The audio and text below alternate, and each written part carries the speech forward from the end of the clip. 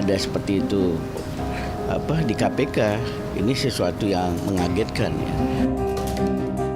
Jumlah sementara yang sudah kami peroleh itu 4M.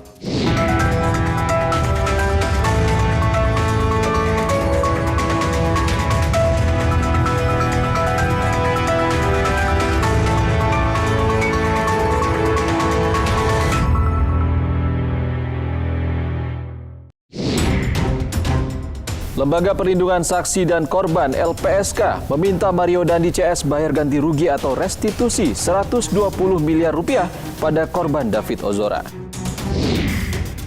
Dewan Pengawas KPK mengungkap praktik pungutan liar di rumah tahanan KPK yang mencapai 4 miliar rupiah. Sidang isbat memutuskan Idul Adha jatuh pada 29 Juni 2023. Sementara ratusan ribu jemaah haji Indonesia sudah tiba di Tanah Suci. 30% diantaranya adalah jemaah lansia. Selamat datang di program 60 Menit Special Report Membuka Mata, Mengungkap Fenomena. Bersama saya, Ihsan Sitorus, kita langsung ke berita pertama saudara. Para terdakwa kasus penganiayaan David Ozora, Mario Dandi, dan Shane Lucas kini tengah dihadapkan dengan biaya restitusi atau ganti rugi yang diajukan Lembaga Perlindungan Saksi dan Korban. LPSK menghitung biaya ganti rugi sebesar 120 miliar rupiah wajib dibayarkan para terdakwa karena telah menganiaya David Ozora hingga koma. Terdakwa kasus penganiayaan terhadap David Ozora, Mario Dandi, kini tengah dihadapkan dengan persoalan lainnya. Bukan cuma terancam pidana, Mario Dandi juga diwajibkan membayar ganti rugi atau restitusi kepada David karena telah menganiaya hingga koma. Lembaga Perlindungan Saksi dan Korban atau LPSK telah membuat perhitungan atas biaya ganti rugi yang wajib dibayarkan Mario. Bukan main, LPSK mengajukan biaya ganti rugi terhadap Mario Dandi dan Shane Lucas sebesar 120 miliar rupiah. Pengajuan itu disampaikan anggota LPSK Abdanef Jopa saat hadir sebagai ahli dalam persidangan kasus tersebut pada Selasa lalu. Menurut LPSK, nilai restitusi 120 miliar rupiah itu berdasarkan pertimbangan komponen penderitaan yang dialami David, baik sekarang hingga di masa depan. Pasalnya, David menderita diffuse axonal injury stage 2 atau cedera otak traumatik parah dengan harapan sembuh hanya 10% yang akan berlangsung seumur hidup.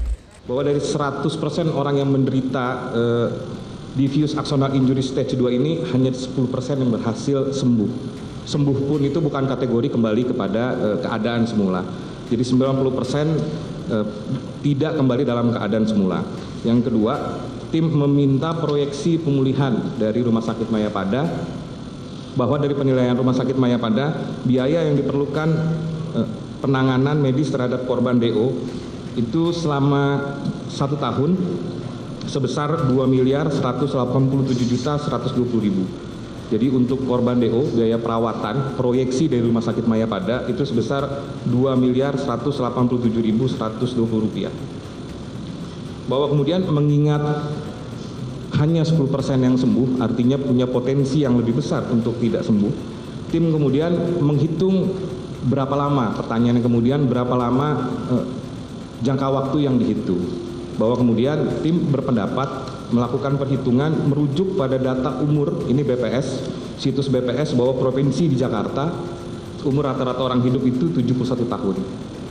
Nah, kemudian tim menilai 71 tahun dikurangi dengan umur korban DO menjadi korban, itu 17 tahun.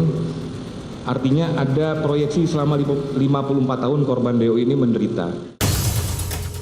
Sebelumnya, ayah David Ozora, Jonathan Latumahina, hanya mengajukan ganti rugi sebesar 52 miliar rupiah berdasarkan 3 komponen pada 17 Maret lalu.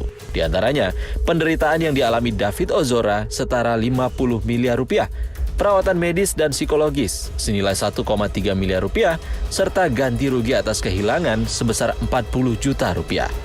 Namun dari angka itu, LPSK menghitung kembali kisaran ganti rugi pada sejumlah komponen, terutama penderitaan yang dialami David Ozora.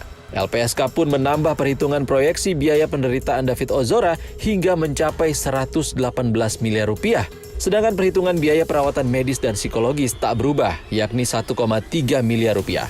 Sementara LPSK menghitung biaya ganti rugi atas kehilangan berkurang menjadi 18,2 juta rupiah. ganti kerugian atas kehilangan kekayaan. Jumlahnya 40 juta. Atas jumlah 40 juta ini tim menilai nilai kewajarannya hanya 18 juta. LPSK menjelaskan, pengajuan ganti rugi ini berdasarkan peraturan pemerintah tentang ganti rugi bagi anak korban tindak pidana.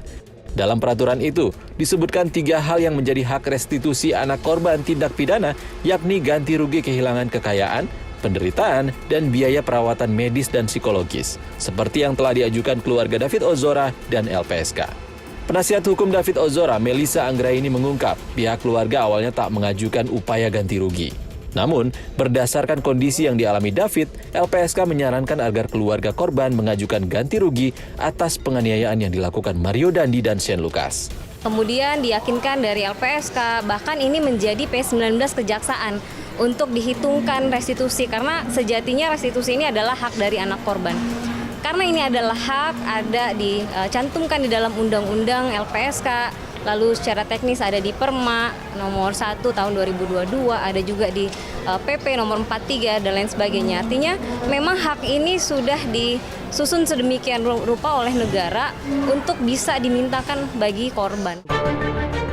Dalam persidangan sebelumnya, ayah David Ozora, Jonathan Latumahina, sempat menyebut ganti rugi tak akan sebanding dengan apa yang telah dialami anaknya. Menurutnya, ganti rugi akan sebanding jika Mario Dandi juga mengalami koma seperti David. Tentang nilai dan lain-lain saya memang saya pikir nggak ada yang sebanding ya. Kecuali pelaku dilakukan hal yang sama gitu, dibikin koma. Itu baru sebanding menurut saya. Tapi misalnya sudah ada perhitungan dari LPSK, ya saya sih ikut aja bagaimana prosesnya. Menariknya, Jaksa Penuntut Umum menanyakan mekanisme pengawasan ganti rugi kepada LPSK. LPSK menjawab, meski restitusi telah diatur dalam peraturan pemerintah, namun belum ada aturan tersendiri terkait pengawasannya. Pernah ada praktek pembuatan rekening untuk dititipkan atau dimasukkan uang restitusi ke rekening, ada penyerahan langsung. Tapi mengingat ini jumlahnya cukup besar, ya mungkin mekanisme yang cocok dimasukkan ke dalam rekening. Atas nama? Atas nama pemohon. Pemohon. Pengawasannya, kalau memang ini sesuai dengan proyeksi LPSK, artinya harus dipergunakan seperti yang ada dalam proyeksi. Bagaimana mekanisme pengawasannya? Ada pengaturannya? Semua restitusi dari beberapa peraturan perundang-undangan tidak ada yang mengatur terkait dengan mekanisme pengawasan penggunaan uang restitusi. Sementara itu, terdakwa penganiayaan David Ozora, Mario Dandi, mengaku tak sanggup untuk membayar ganti rugi sebesar 120 miliar tersebut. Penasihat hukum Mario Dandi menyatakan, kliennya masih duduk di bangku kuliah dan belum berpenghasilan. Mario, sepengetahuan saya sih belum bekerja ya, dia hanya mahasiswa dan kita nggak tahu nanti sampai sejauh mana restitusi itu apabila nanti dikabulkan bisa dipulihkan, gitu loh. Karena ini bukan ayahnya nih yang melakukan tindak pidana yang akan dihukum sebagai pihak yang bertanggung jawab terhadap restitusi itu. Karena kalau saya rasakan ya kita sama-sama tahu lah, mahasiswa ya belum bekerja seperti apa. Ya saya juga nggak tahu apakah ada aset atas nama dia. Cuman sepanjang itu bukan atas nama dia, ya itu tidak bisa ditarik untuk melakukan penggantian terhadap restitusi itu. Hal ini pun sempat disinggung jaksa jika terdakwa tak mampu membayar ganti rugi. Namun menurut LPSK, restitusi bisa dibayarkan pihak ketiga, yaitu orang tua para pelaku. Katakanlah sekarang ketiga terdakwa itu menolak untuk membayar atau tiba-tiba menyatakan tidak mampu untuk membayar. Mekanismenya seperti apa untuk menindaklanjuti ketidakmampuan itu? Menjawab itu memang belum ada peraturan yang memaksa seorang terdakwa kalau kemudian tidak bisa membayar. Pada prakteknya yang sering dilakukan adalah membebankan pidana subsidiar pada praktek. Pembebanan restitusi itu dibebankan kepada siapa? Terdakwa. Terdakwa. Iya. Oke. Kepada pihak lain? Ada dimungkinkan pihak ketiga jika terdakwa tidak restitusi dibayarkan oleh para terdakwa atau para pelaku dan juga pihak ketiga. Pihak ketiga bisa. Bisa. Terkait dengan pembebanan restitusi ini yang bisa dibebankan kepada pihak ketiga, itu prosedurnya seperti apa? Di PP 43 2017 di Undang-Undang 31 2014 memang terkait dengan pihak ketiga, dalam penjelasannya kalau kita baca juga cukup jelas. Tapi dalam prakteknya pihak ketiga ini kemudian kita merujuk pada hubungan keperdataan, ya ada kemudian golongan 1 jika masih ditemukan nanti ya orang dalam konteks ini keluarganya yang membayarkan restitusi, yang ikut mengcover. Bukti saudara. Sementara itu, penasihat hukum Mario Dandi menanggapi pernyataan LPSK bahwa tanggung jawab biaya ganti rugi turut dibebankan kepada keluarga para terdakwa. LPSK menyebut pihaknya telah berkoordinasi kepada KPK soal harta ayah Mario Dandi, mantan pejabat Ditjen Pajak Rafael Alun, yang kini menjadi tersangka korupsi dan tindak pidana pencucian uang. Apakah sikap LPSK ini yang berkonsultasi juga dengan KPK itu dikaitkan dengan bahwa LPSK juga berpendapat bahwa ini yang bertanggung jawab bukan hanya terdakwa saja gitu ya? Sebentar gini, saudara ikut berkonsultasi dengan KPK? Di awal permohonan kasus memang ada beberapa pihak yang terlibat dalam rapat, misalnya. Tidak, saudara sendiri ikut ya. Saudara sampaikan ke LPSK, ke KPK. Iya, diskusi soal harta yang bisa dilakukan penyitaan untuk restitusi. KPK menyampaikan pendapat apa terkait dengan itu? Ya, KPK hanya membatasi bahwa saat ini tengah melakukan penyidikan, gitu, dengan ada dugaan korupsi mungkin TPPU dan ada beberapa dugaan harta yang kemudian diduga terkait. Hanya sebatas itu. Tak hanya kepada Mario Dandi, restitusi atau ganti rugi ini dibebankan juga kepada terdakwa lainnya dalam kasus penganiayaan berat terhadap David Ozora, yakni Shane Lucas dan pelaku anak AG. Sedangkan pembagian nominalnya diserahkan kepada keputusan majelis hakim. Sementara itu, sidang kasus penganiayaan berat terhadap David Ozora dengan terdakwa Mario Dandi dan Shane Lucas akan kembali digelar pekan depan.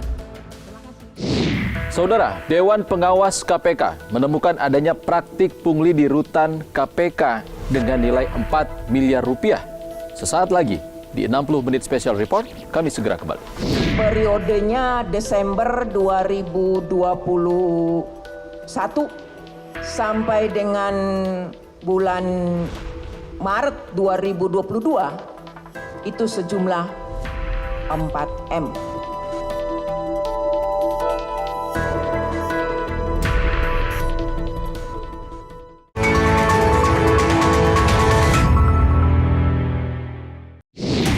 Anda kembali di 60 menit special report, membuka mata mengungkap fenomena. Saudara, integritas Komisi Pemberantasan Korupsi kian jadi pertanyaan setelah Dewan Pengawas KPK menemukan adanya praktik pungli di rumah tahanan lembaga anti rasuah itu.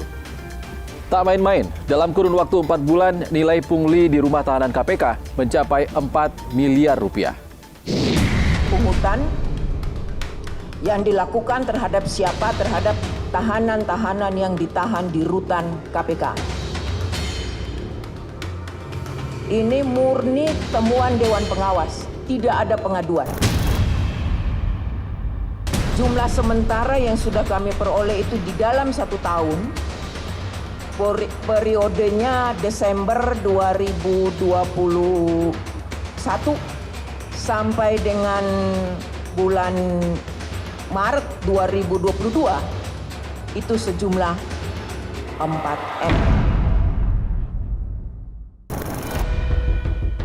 Integritas Komisi Pemberantasan Korupsi kini semakin dipertanyakan. Belum selesai kasus dugaan pembocoran dokumen penyelidikan KPK terkait kasus di Kementerian ESDM. Integritas KPK kembali diuji. Dewan Pengawas KPK mengungkap praktik pungutan liar di rumah tahanan KPK di Rutan Kelas 1 Jakarta Timur Cabang KPK yang terletak di Gedung Merah Putih KPK Kuningan, Jakarta Selatan. Tak main-main, nilai pungli di rutan KPK mencapai 4 miliar rupiah hanya dalam kurun waktu 4 bulan. KPK pun mengaku menyesali temuan Dewan Pengawas dan berjanji menindak tegas pegawai KPK yang terbukti bersalah. Kami segenap pimpinan dan insan Komisi Pemberantasan Korupsi KPK menyesalkan dugaan peristiwa dimaksud dan KPK berkomitmen untuk menindak secara tegas, objektif sesuai dengan fakta kepada siapapun pelakunya, termasuk jika benar terjadi dan dilakukan oleh insan KPK dimaksud. KPK memahami bahwa insan KPK merupakan manusia yang memungkinkan salah. Sementara itu, Menko Polhukam Mahfud MD mendorong KPK menindak pidana oknum pegawai KPK yang terlibat praktik pungli di rutan KPK. Mahfud menilai pungli termasuk tindak pidana korupsi. Ya bagus lah. Bagus dalam arti yang begitu itu harus dibuka ke publik dan sesudah itu ditindaklanjuti secara hukum. Karena pungli itu adalah tindak pidana. Memang sih korupsi itu kan ada 7 macam ya. Mulai dari pungli, markup, kemudian markdown, pemalsuan dokumen dan lain-lain.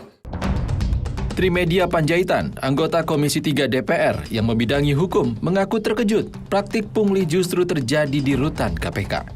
Trimedia bahkan meminta Ketua KPK Firly Bahuri turun tangan. Tapi terus terang aja, saya agak kaget tuh. Kita pikir selama ini kasus-kasus seperti itu hanya di Salemba, Cipinang, peradilan-peradilan yang dikelola oleh Kumham. Kalau ada seperti itu di KPK, ini sesuatu yang mengagetkan ya. Dan saya kira Pak Firly sebagai Ketua KPK harus segera turun tangan.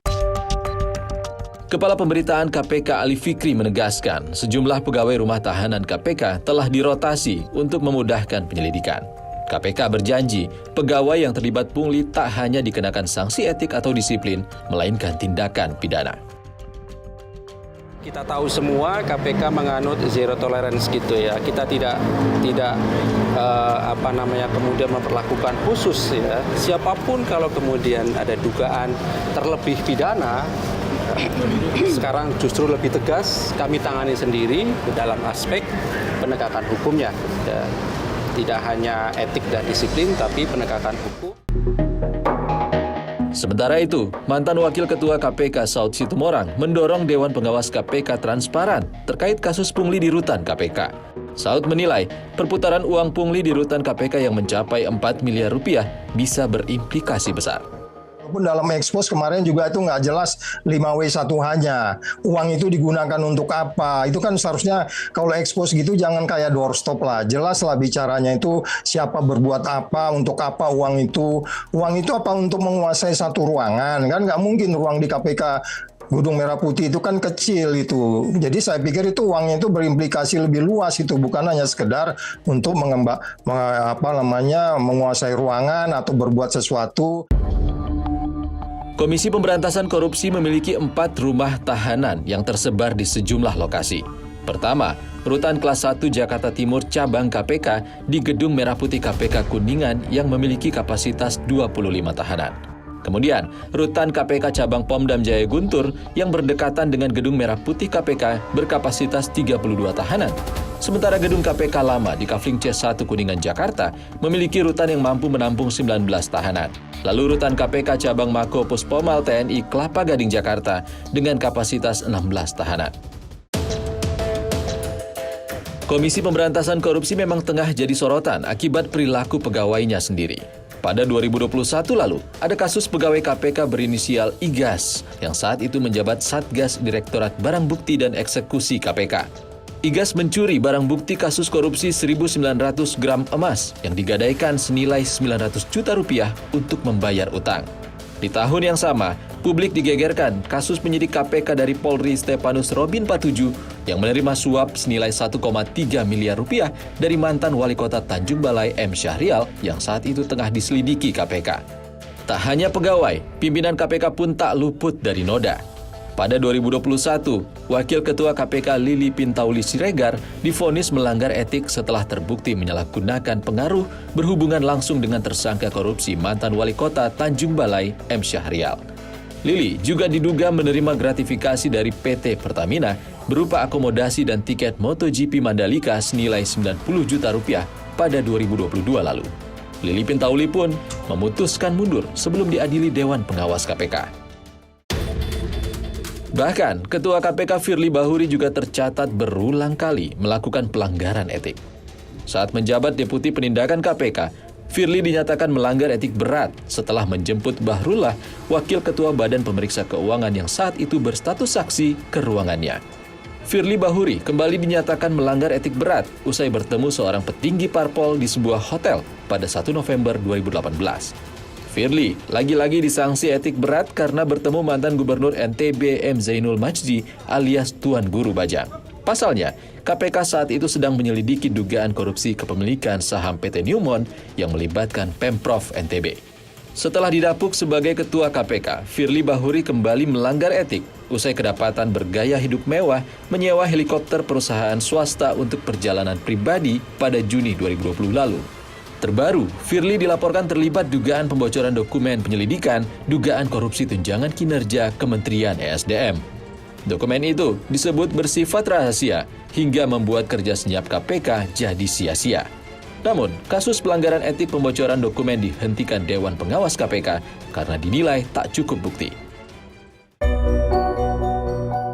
Wakil Ketua KPK periode 2007-2011 M. Yasin menyebut rentetan kasus internal yang mencoreng nama baik lembaga anti korupsi KPK buah kesalahan sistem organisasi yang dimulai dari pucuk pimpinan. Integritas seorang pegawai itu harus dibangun melalui suatu sistem kelembagaan dan dicontohi oleh pimpinannya. Kalau pimpinannya banyak yang tidak berintegritas, kemudian para deputi atau jajaran di sekretariat jenderalnya juga pimpinannya tidak concern kepada integriti dan penegakan etik yang tegas, maka akhirnya terjadi seperti ini. Pimpinannya pun juga menerima gratifikasi, bagaimana stafnya. Saudara, meski biaya haji mengalami kenaikan tahun ini, antusiasme masyarakat Indonesia untuk berangkat haji masih tetap tinggi. 60 menit special report, segera kembali.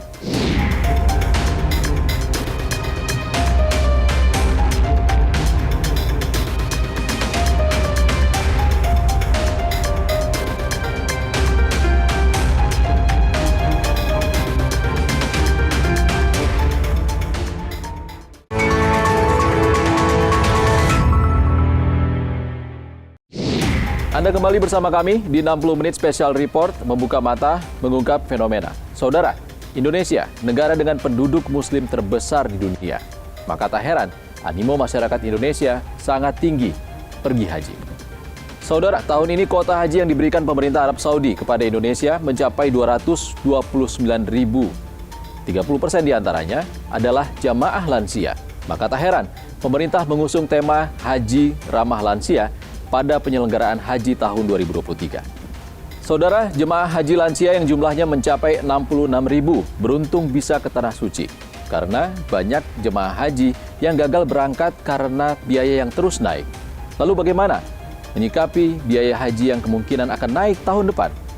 Berikut penelusuran jurnalis Kompas TV, Lintang Pudiastuti.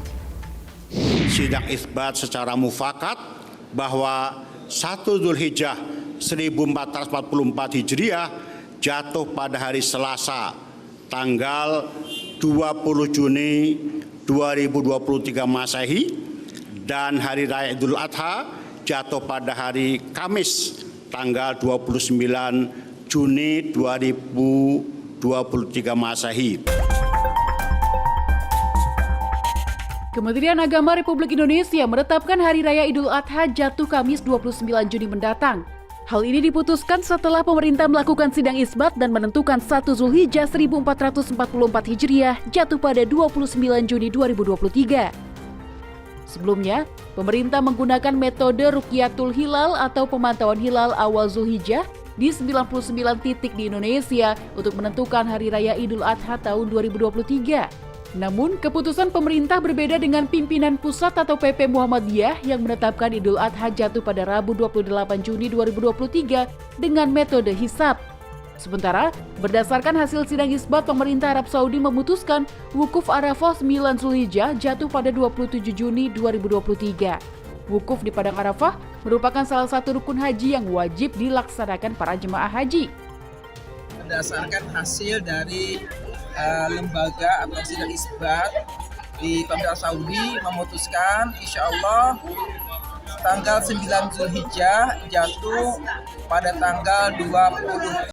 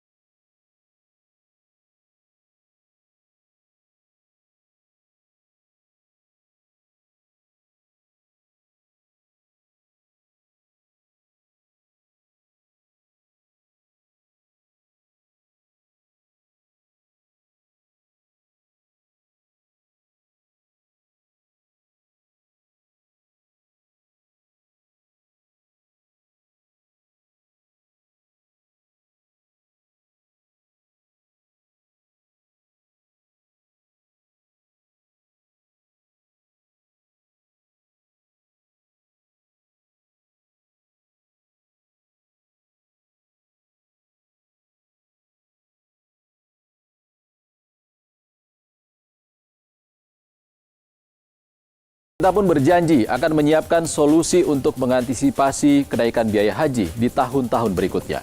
60 menit special report, segera kembali. Setoran awal kita masih 25 juta.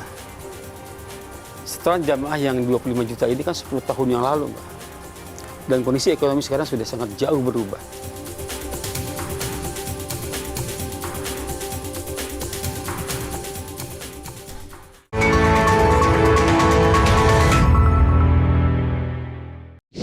Masih bersama 60 menit special report, membuka mata, mengungkap fenomena. Saudara, naiknya biaya perjalanan ibadah haji tahun 2023 membuat sejumlah jemaah harus banting tulang agar bisa berangkat ke Tanah Suci. Saudara, pemerintah beralasan naiknya biaya ibadah haji karena belum adanya dana cadangan pengelolaan ibadah haji untuk mengantisipasi risiko yang tak terduga. Melalui Badan Pengelola Keuangan Haji, pemerintah pun telah merumuskan kebijakan baru untuk mengantisipasi kemungkinan kenaikan biaya haji di tahun-tahun berikutnya. Lalu bagaimana pemerintah mengoptimalkan pengelolaan dana haji? Berikut penelusuran jurnalis Kompas TV, Lintang Pudiastuti.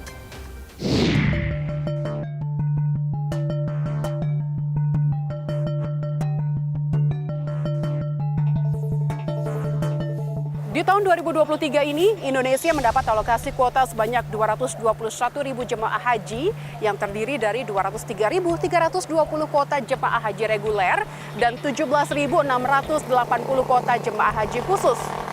Namun, Kemenak mencatat hingga penutupan pelunasan biaya haji 19 Mei lalu, ada 24.276 calon jemaah haji yang belum melunasi BPIH atau biaya yang ditetapkan.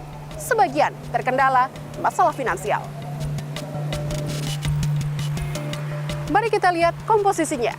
Tahun 2022, BPIH yang ditanggung jemaah sebesar 40,54%. Biaya yang ditanggung BPKH dari nilai manfaat adalah 59,46%.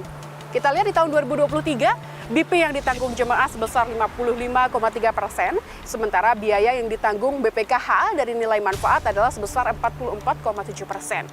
Mengapa komposisi biaya yang ditanggung BPKH lebih kecil di tahun 2023 ini?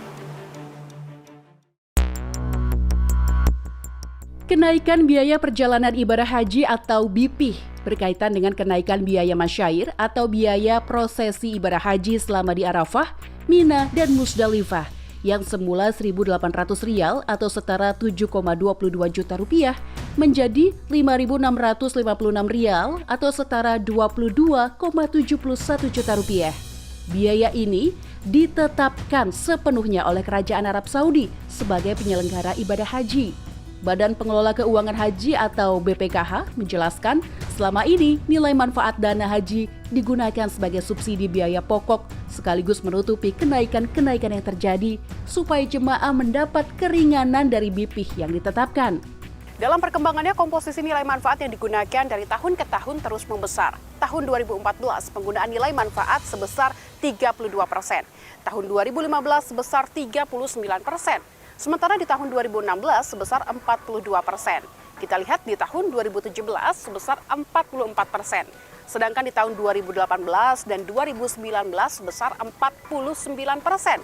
Puncaknya, tahun 2022 penggunaan nilai manfaat sudah mencapai 59%. Nilai manfaat ini memang diperuntukkan sebagai subsidi para jemaah yang akan berangkat ke Tanah Suci. Namun, seyogyanya harus dirasakan juga oleh jutaan jemaah lainnya yang sudah membayar setoran awal, namun masih menunggu antrean berangkat haji selanjutnya. Apabila nilai manfaat digunakan menutup seluruh kenaikan biaya yang terus naik tanpa diimbangi nilai BPIH, hal ini dapat mengganggu keuangan haji. BPKH menyebut komposisi BPIH dan penggunaan nilai manfaat saat ini sudah tidak ideal dan akan berdampak untuk jemaah tunggu. Pengelolaan haji dengan model sekarang, terutama untuk pembiayaannya yang masih lebih besar sumber yang berasal dari subsidi nilai manfaat, itu menyebabkan besar pasak daripada tiangnya. Kita harus memikirkan bahwa ada 5,3 juta jemaah tunggu yang saat ini hasil pengembangannya tidak dikembalikan kepada jemaah ini. Dalam proyeksi BPKH menghitung adanya pelaksanaan haji 2 kali dalam 1 tahun Masehi. Karena kan tahun Hijriah itu geser 10 hari gitu. Maka dalam hitungan kami nanti akan ada haji di bulan Januari dan di bulan Desember. Nah, artinya apa? BPKH melakukan subsidi dengan yang bersumber dari nilai manfaat. Nilai manfaat itu kan dicari periode 1 Januari sampai dengan 31 Desember, itu 1 tahun. Tapi pada satu titik bisa jadi diminta 2 kali subsidi yang bersumber dari nilai manfaat yang hanya 1 kali ketemu di permintaan 2 kali nilai manfaat di tahun 2027 atau 2028. Nah, ini alert yang kita sampaikan bahwa BPKH bisa jadi kalau hanya mampu nanti 1 kali nilai manfaat, ya kita sampaikan kita 1 kali loh, tapi 1 kali lagi siapa yang subsidi gitu loh. Untuk mengoptimalkan pengelolaan dana haji demi meningkatkan nilai manfaat, BPKH berupaya melakukan investasi di sektor ekosistem haji, sektor lembaga keuangan syariah, dan multisektor lainnya dengan mengedepankan prinsip kehati-hatian dan risiko investasi yang rendah. BPKH sendiri belum memiliki dana cadangan untuk mengantisipasi unexpected risk atau risiko tidak terduga yang mungkin terjadi dalam sebuah investasi. Kenaikan harga dari Kerajaan Arab Saudi, biaya masyair dan segala macam yang tidak terprediksi mungkin tahun depan berapa persen itu. Solusinya atau siap-siapnya yang dilakukan oleh BPKH ini seperti apa sih Pak? Kenaikan ini memang tidak bisa dihindari. Maka sebenarnya yang bisa dilakukan BPKH adalah pertama BPKH sesuai dengan tusinya adalah melakukan investasi maupun penempatan ke area ekosistem haji yang mendukung pelaksanaan haji. Bagaimana makan itu bersumber dari makanan Indonesia. Nah, kemudian kalau penginapan, bagaimana menginap di hotelnya BPKH yang kemudian pada saat kita bayarkan, kita terima pembayaran dari jemaah, kembali lagi untuk jemaah lagi. Untuk penempatan di bank syariah itu maksimum 30%. Nah, selebihnya 70%-nya ada di investasi. Nah, di investasi ini sendiri kemudian ada investasi langsung, investasi surat berharga, investasi lainnya, dan investasi emas. Yang dibatasi, investasi emas itu dibatasi maksimum 5%. Investasi langsung lainnya dibatasi 10% maksimum. Investasi langsung itu dibatasi 20%. Sisanya itu diabsorb di surat berharga. Untuk mengcover risiko tersebut, saat ini juga BPKH tidak atau belum ada pembentukan cadangan, di mana BPKH tidak mempunyai modal karena apa? Tidak ada sama sekali penyertaan dari pemerintah atau negara menjadi modal. Di mana kalau kita ketahui dalam manajemen risiko, modal itu menjadi penting untuk buffer unexpected risk. Kementerian Agama menjelaskan tidak menutup kemungkinan biaya haji akan naik di tahun-tahun berikutnya, tergantung dari biaya kebutuhan dan kondisi ekonomi dunia. Namun, pemerintah terus berupaya melakukan pendekatan khusus kepada Arab Saudi terkait biaya yang ditetapkan. Pemerintah juga akan merumuskan kebijakan baru untuk menghadapi kenaikan biaya demi memudahkan jemaah berangkat haji. Bagaimana persiapan Kemenak dalam hal ini untuk menghadapi kenaikan biaya lagi yang mungkin jemaah juga makin keberatan mungkin? Setoran awal kita masih 25 juta. Setoran jamaah yang 25 juta ini kan 10 tahun yang lalu, Mbak. Dan kondisi ekonomi sekarang sudah sangat jauh berubah. Kami sedang membuat rumusan berkaitan dengan BPIH ke depan. Hasil kajian kami, tapi ini belum menjadi kebijakan, hasil kajian. Ada beberapa rumusan. Yang pertama adalah meningkatkan nilai setoran awal. Yang kedua ada cicilan, sehingga pada saat nanti jamaah itu akan berangkat tidak memberatkan. Gitu Pak. Sehingga apakah dicicil. Apakah bukan setahun berapa? Itu akan disepakati bersama-sama dengan Komisi 8. Mempersiapkan keberangkatan haji memang tak mudah. Apalagi jika harus dihadapkan ketidakpastian waktu dan biaya. Kelompok Bimbingan Ibadah Haji dan Umroh atau KBIHU sebagai lembaga yang langsung bersentuhan dengan jemaah pun ambil peran, memberi pendampingan baik secara motivasi dan finansial. Manasik secara berkala juga rutin dilakukan sebelum keberangkatan untuk mengedukasi jemaah terkait rangkaian pelaksanaan ibadah haji maupun mengenai perubahan kebijakan haji yang sedang berlaku. Kita dari awal KBIH ini memotivasi jamaah begitu setelah membayar 25 juta setoran awal, itu kita sarankan untuk nabung. Mengurus ya FK ini dari pusat sudah mewanti-wanti seluruh pembimbing memberikan motivasi untuk selalu mengikuti bimbingan manasik. Yang kedua menjelaskan bahwa bersiap-siap, siapa tahu ya itu BPIH itu akan naik. Itu sudah kita ini. Itu kalau ada ya jamaah yang kekurangan tadi, kalau ini ya yayasannya atau ini pembimbingnya punya kemampuan, bantu itu. Yang kedua, kita bisa kerjasama dengan lembaga keuangan. Bank Syariah itu juga mau bantu. Asalkan jamaah haji itu punya jaminan entah rumah apa, bisalah. Ini sudah kita lakukan. Kenaikan biaya haji semestinya bisa diprediksi lebih dini, supaya calon jemaah dapat mempersiapkan sejauh hari. Pemerintah bersama badan pengelola terkait diharapkan mampu merumuskan kebijakan demi memudahkan calon jemaah haji melaksanakan rukun Islam yang kelima. 60 menit sudah kami hadir menemani Anda saudara. Tetap ikuti perkembangan pemilu 2024 di Kompas TV, independen, terpercaya. Saya Ihsan Sitorus undur diri. Sehat selalu. Sampai jumpa.